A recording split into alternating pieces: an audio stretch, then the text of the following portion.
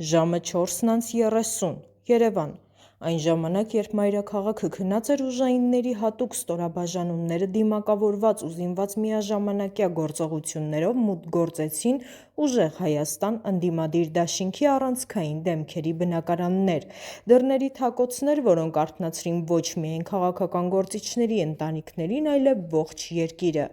Առավոտյան արդեն համացանցը պայթում է կադրերից։ Խուզարկություններ, առգրավված համակարգիչներ, փաստաթղթերի կույտեր և ապրնջված ընդդիմադիր առաջնորդներ, որոնց ձեռնաշղթաներով ուղեկցում էին մեկուսարաններ։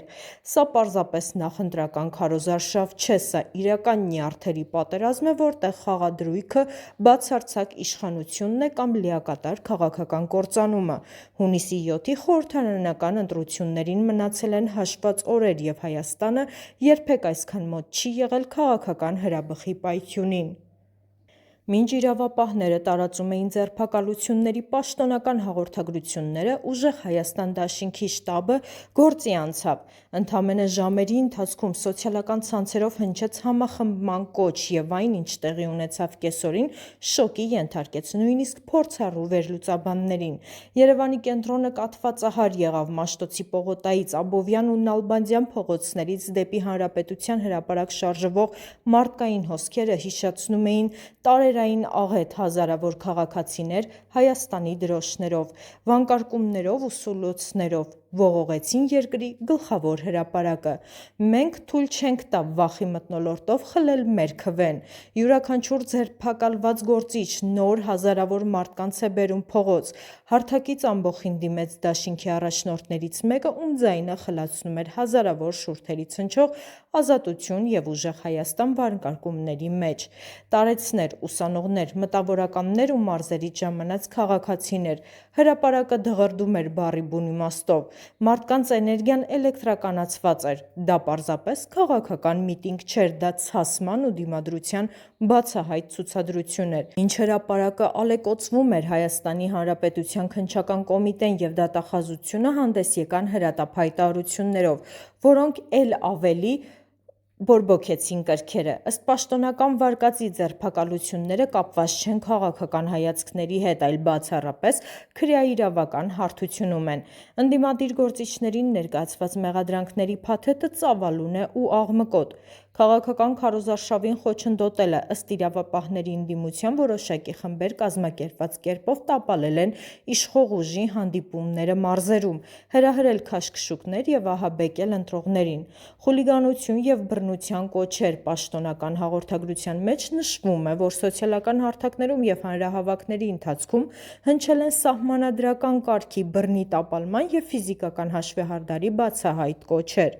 ընտրակաշառքի և ֆինանսական մանիպուլյացիայի կասկածներ։ Շշուկներ են պտտվում նաև այն մասին, որ խուզարկությունների ընթացքում հայտնաբերվել են խոշոր չափի կանխիկ գումարներ, որոնց ծագումն ու նպատակը իրավապահները կապում են ընտրողների կամքի վրա ապօրինի ազդեցություն գործելու հետ։ Ընդդիմադիր ճամբարն այս ամենը որակում է որպես դասական քաղաքական հալածանք և իշխանության սարսափի արդյունք, պնդելով, որ մեղադրանքները կարված են սպիտակ թելերով և նպատակ ունեն կաթվածահար անել դաշինքի նախընտրական մեքենան ընտրություններից ընդամենը 72 ժամ առաջ։ Այս ընտրությունները սովորական, հերթական քվեարկություն չեն, սա Հայաստանի ապագա աշխարհաքաղաքական և ներքին վեկտորի որոշման պահն է։ Որպեսզի հասկանանք, թե ինչու է մթնոլորտը շիկացել մինչև սահմանագիծ, բավական է նայել կողմերի դիրքորոշմանը։ Քաղաքացիական ուժ, իշխող կուսակցություն։ Հիմնական նախընտրական թեզը՝ պետականության պահպանում, կայունություն և ինքնիշխանություն արտաքին ճնշումների պայմաններում։ Մարտավարությունը՝ իրավական խստության ցուցադրում, անկարգությունների կանխում։ Ուժեղ Հայաստան դաշինք։ Ազգային անվտանգության վերականգնում, կոշտահակահարված արտաքին սպառնալիքների և տնտեսական վերածնունդ։ Զանգվածային փողոցային ճնշում իշխանության ամբողջական լեգիտիմության վիճակում։ Երբ երկու կողմերն էլ խնդիրը ձևակերպում են որպես լինել-չլինելու հարց, զիջման տեղ այլևս չի մնում։ Ցանկացած կայծ կարող է հրդեհել այս պատրաստի վառոդի տակառը։ Մինչ հրապարակում բարձրախոսներն աշխատում են առավելագույն հզորությամբ, քաղաքական կուլիսներում ընթանում է շատ հստակ և վտանգավոր խաղ։ Անանուն աղբյուրները հայտնում են, որ թե իշխանական, թե ընդդիմադիր շտաբներում գիշերները լույսերը չեն հանգչում։ Ընդդիմության մարտահրավարությունը պարզ է ձերբակալությունների ալիքը վերածել քաղաքական կապիտալի։ Զոհի կարգավիճակը և քաղբանտարկյալի թեման միշտ էլ ուժեղացրել են էլեկտորատի հուզական կապը առաջնորդների հետ։ Յուրաքանչյուր նոր ձերբակալություն ընդդիմությունը ներկայացնում է որպես հաղթանակի մոտալուտ ապացույց հայտարարելով։ Նրանք վախենում են, դրա համար են հարվածում։ Մյուս կողմից իշխանությունը ցույց է տալիս, որ պատրաստ է գնալ մինչև վերջ պետական կարգն ու կայունությունը պահպանելու համար։ Ուժային կառույցներին տրված է հստակ հրահանգ՝ կանխել ցանկացած փորձ, որը կարող է հանգեցնել պետական հաստատությունների շրջափակմանը կամ գրավմանը։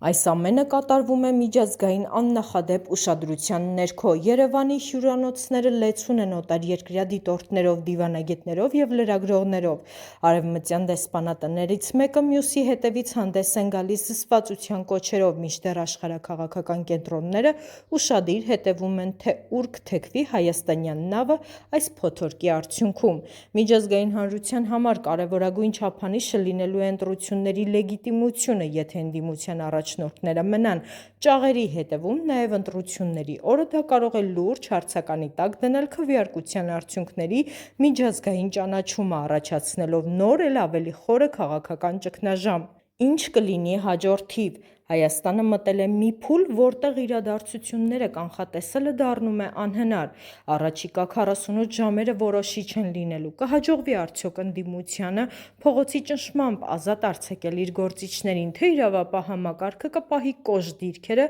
թույլ չտալով իրավիճակի հետագա էսկալացիա։